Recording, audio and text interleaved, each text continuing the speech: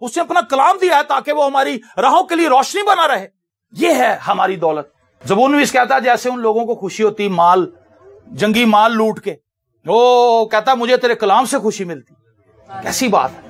اگر آپ کسی دنیا دار بندے کو کہنا کہ فلانی جگہ تے مال پیا 2 لاکھ روپے دا تے 20,000 سے تینوں مل جانا، یہاں کہہ رہے ہیں فری ہی چک لو، وہ بندہ کی کرے گا؟ سو جائے گا؟ نہیں، اسی ٹائم شاید زور کروائے گا کہ میں فوری طور سے گودام خالی کراں کیونکہ فری چ سامان مل رہا ہے، بعد چ میں بیچ داں گا. دنیا دار آدمی کو کتنی خوشی ہوتی ہے دنیاوی خبریں سن کے، لیکن ایک روحانی شخص کو خوشی روحانی خبریں سن کے ہی ملتی. تو اگر ہمیں روحانی باتیں سننے کی خواہش نہیں ہے تو فیصلہ کر لیں کہ آپ روحانی نہیں ہیں. یہ جان لیں. سمجھ آئی آپ کو بات؟ اگر روحانی چیزیں سننے کی خواہش آپ کے اندر نہیں اور وہ سن کر خوشی بھی نہیں ملتی تو آپ انڈرسٹینڈ کر لیں کہ میں ایک دنیاوی شخص ہوں، کیونکہ خدا کا کلام مجھے خوشی نہیں کر رہا. میں خوش ہویا جدو مینوں آکھن لگے کہ آؤ یہوہ دے. یہ ایک ایماندار کی خواہش ہے. او یار دعا دا چھڈو یار صاحب. ایک خدا کے خادم تھے، امریکن کونسلیٹ میں کام کرتے، ڈرائیور تھے. اس زمانے میں ڈرائیوروں کو بہت اچھی پیمنٹ ملتی تھی. ابھی بھی وہاں پہ ڈرائیوروں کو زیادہ پیسے ملتے ہیں، لیکن ڈرائیور لاہور سے جب اسلام آباد جاتے تھے ان کو کئی ہزار روپیہ ایک ٹور کا مل جاتا. تو سنڈے کے روز وہ پادری صاحب کی ڈیوٹی لاتی انہوں نے. اس نے کہا جی میں تو نہیں جاؤں گا. انہوں نے کہا صاحب نے ڈیوٹی لائی. انہوں نے کہا صاحب نو کہہ دے کہ اج چرچ ہے تو میں چرچ جانا، مینوں رکھنا ہے رکھو، نہیں رکھنا نہ رکھو. گورے نو جا کے انہیں جی کہتا سپروائزر نے. انہیں کہا جی وہ کہہ رہا کہ مینوں رکھنا ہے تو رکھو، نہیں رکھنا تے نہ رکھو، میں دعا کرنی، میری جاب دعا نالوں زیادہ امپورٹنٹ نہیں. اس نے کہا آئندہ کے بعد کبھی بھی اس کو سنڈے کے لیے تم نے نہیں کہنا. گورا کہنا سنڈے نو دی ڈیوٹی نہیں لانی. اور دوسرے ڈرائیور خوش ہو گئے تھے، وہ بھی کرسچن لیکن وہ دیہڑی باز، وہ سارے دیہڑیاں لان ٹور پہ، لیکن وہ بندے نے خزانہ لوٹ لیا. آمین.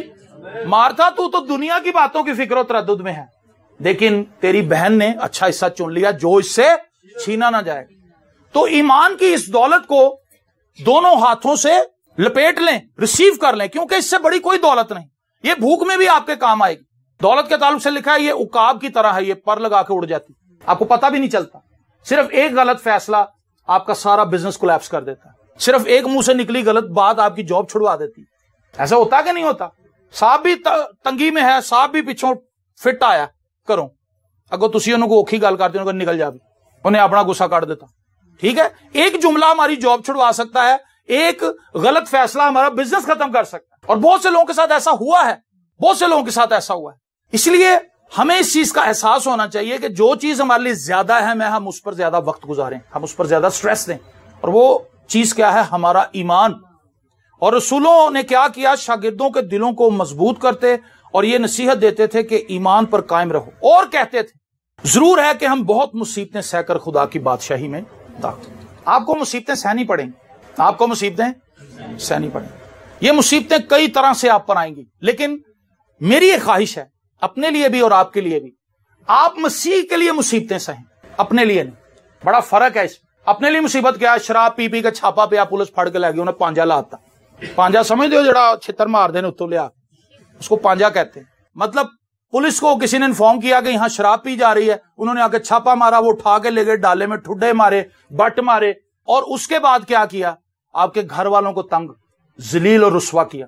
گھر والوں سے بھی پیسے لے لیے، بیوی بھی تنگ، باپ بھی تنگ، بچے بھی تنگ، بھائی بھی تنگ، بہنیں بھی تنگ کہ ہمارا بھائی پکڑا گیا. انہوں نے کیا کیا؟ صرف یہ نہیں کہا کہ تو شراب پینا، انہوں نے کہا تو بیچنا بھی ہے، تیرے گھروں پیٹیاں پھڑیاں گئیاں نے. یہ کس بات کے مکے ہیں جی؟ شرارت کر کے مکے کھائے. تو پطرس کہتا ہے اس میں تو کوئی فخر نہیں ہے. لڑائی جھگڑا کر کے باہر کسی کے لڑکے کو مارا پیٹا، دوست ساتھ لے گئے، ان کو مارا، لڑائی جھگڑا کیا، پھر پولیس آ گئی. نشہ کر لیا، دکھ اٹھایا، گھر سے پیسے چوری کر لیے، بہن کے جہیز کا سارا مال اٹھا کے لے گئے، رات کو چوری کر کے سونا لے گئے، صرف اس لیے کہ میں اپنا نشہ پورا کر لوں، اپنے دوستوں کو بھی نشہ کروا لوں. ایسی زندگی کا کیا فائدہ ہے؟ دکھی تو آج بڑا ہے. آپ جس بندے کے پاس بیٹھے ہو آپ کو دکھ سنائے گا، میری پرجائی میرے تے اننا ظلم کر دی، میں تینوں دساں، میرا دل اندروں پھٹیا پیا، میرے بھرا نے میرے نال جو جو کچھ کیتا ہے نا پائے نا، میں تینوں کی دساں، میں باہروں پیسے بھیجدا رہا کما کما کے اتھے عیشی کردا رہا. دکھ، یہ سارے دکھ دنیاوی. مسیح کے لیے اس میں کہاں دکھ ہے؟ وہ تو دیکھے. کوئی مسیح کے لیے ہم نے دکھ سہا ہی نہیں. مسیح کے لیے تو ہم ٹائم پہ چرچ نہیں آ پاتے.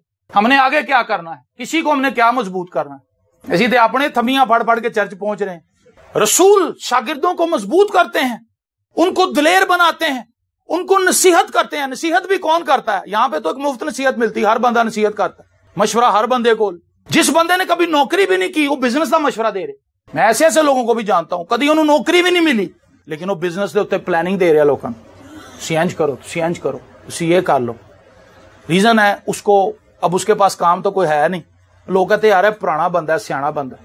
ایک بھائی میرے پاس آ گیا تھا ایک وقت میں, تو مجھے کہتا کہ جی وہ مجھے فلانا بندہ ہے. میں نے کہا اس نے کیا کیا ہے بزنس میں؟ کہندا جی بزنس تے وہ نہیں کرتا. تو میں کو بزنس کا تمہیں مشورہ کیویں دے رہا, جس نے کام خود ہی نہیں کیا وہ اس میں سے مشورہ کیسے دے گا؟ ایک ڈرائیور ہے, ایک الیکٹریشین ہے, وہ آپ کو بتائے گا کہ بھی یہ تار میں نے ایسے لگائی ہے, اس کو ایسے لگاؤ گے تو یہ بجلی آگے چلی جائے گی. ڈرائیور کو پتا ہے کہ بھی میں نے اس کو کیسے چلانا گاڑی کو. ایک بندہ ڈرائیونگ ہی نہیں جانتا, وہ ڈرائیونگ کے بارے میں کیسے بتائے گا؟ وہ بتا ہی نہیں سکتا. وہ جھوٹ بول رہا ہے اور وہ آپ کو گڑھے میں ڈلوائے گا, وہ آپ کا ایکسیڈنٹ کروائے گا کیونکہ انہوں نے نہیں آندی چلانی. اس لیے میرے عزیزو اپنی زندگی کے اوپر غور کریں. کیا ہم مسیح میں مضبوط ہیں؟ کیا ہمارا تعلق مسیح کے ساتھ ہے؟ ہماری چھوٹی چھوٹی چیزیں ہی اس چیز کی شناخت دے دیتی. میں نے آپ کو بتایا اگر خدا کے کلام کو سن کر آپ کو تحریک ملتی ہے, آپ کے اندر جوش پیدا ہوتا ہے, تو اس کا مطلب ہے کہ آپ خدا میں ہیں. اگر چرچ آنا آپ کے لیے ایک ایکسائٹمنٹ ہے, it's mean you are on the right وے.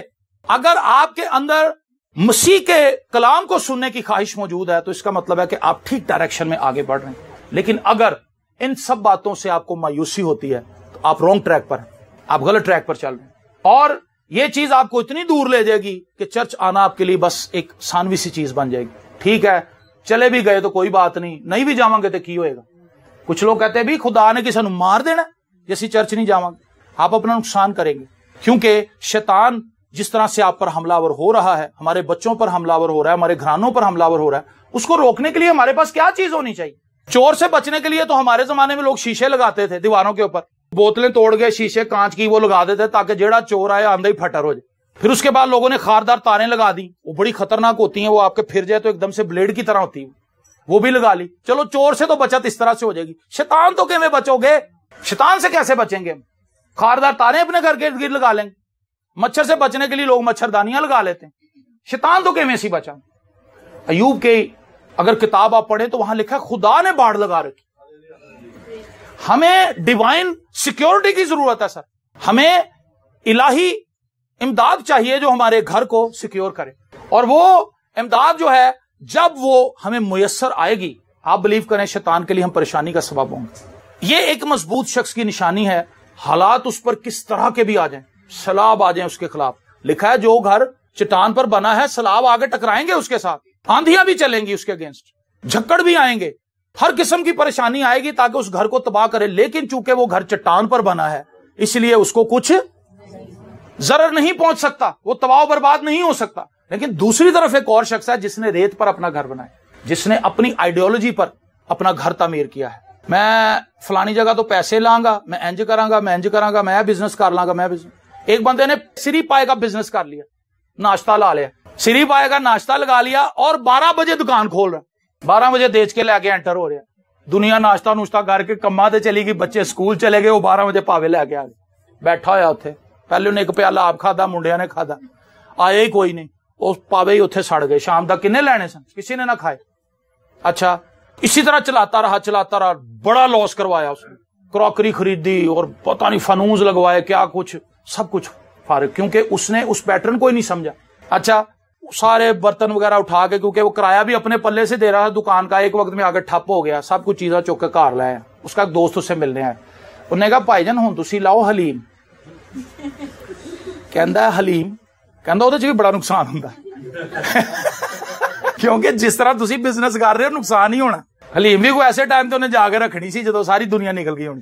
ہم کئی بار ریت پر اپنا گھر بناتے ہیں, خود بھی ہم بڑے عقل مند ہوتے ہیں اور اپنے سے زیادہ عقل مند لوگوں سے جا کے مشورے کر رہے ہوتے ہیں. جیسا میں نے بتایا کہ انہوں نے خود زندگی میں کچھ نہیں کیا ہوتا, ان کے پاس ہم جا کے مشورے لے رہے ہوتے ہیں, اور ان کے مشوروں پر اتنا اڑ جاتے ہیں کہ نہ ہمیں ہمارے باپ کا مشورہ صحیح لگتا ہے, نہ پادری کا مشورہ صحیح لگتا ہے, نہ ہمارے سگے بھائی کا ہمیں مشورہ صحیح لگتا ہے. اسی کہنے او بندہ ٹھیک ہے, تسی سب غلط ہو, کیونکہ اس کی سنگت ہوتی ہے اس کے ساتھ, وہ اس کے ذہن کا بندہ ہوتا ہے, اور پھر دونوں مل کے وہ میس کرتے ہیں, تباہی پھیلا دیتے ہیں. تو انہوں نے کیا کیا, انہوں نے مضبوط کیا شاگردوں, ان کے دلوں کو مضبوط کیا. اور کیسے کیا؟ کیونکہ وہ خود خداوند میں مضبوط, وہ خود خدا کے لیے مار کھا رہے تھے, خود وہ پتھر کھا رہے تھے, خود وہ کوڑے کھا رہے تھے, خود وہ جیلوں کے اندر بند ہو رہے تھے, اور وہ اپنی گواہی کے لیے دکھ اور تکلیف سہ رہے تھے. میں یہ سمجھتا ہوں کہ جس اعمال کی کتاب کے اندر جس کلیسیا کا تذکرہ ہے, یہ تو وہ بنیاد رکھنے والی کلیسیا ہے جس نے بنیاد رکھی تھی.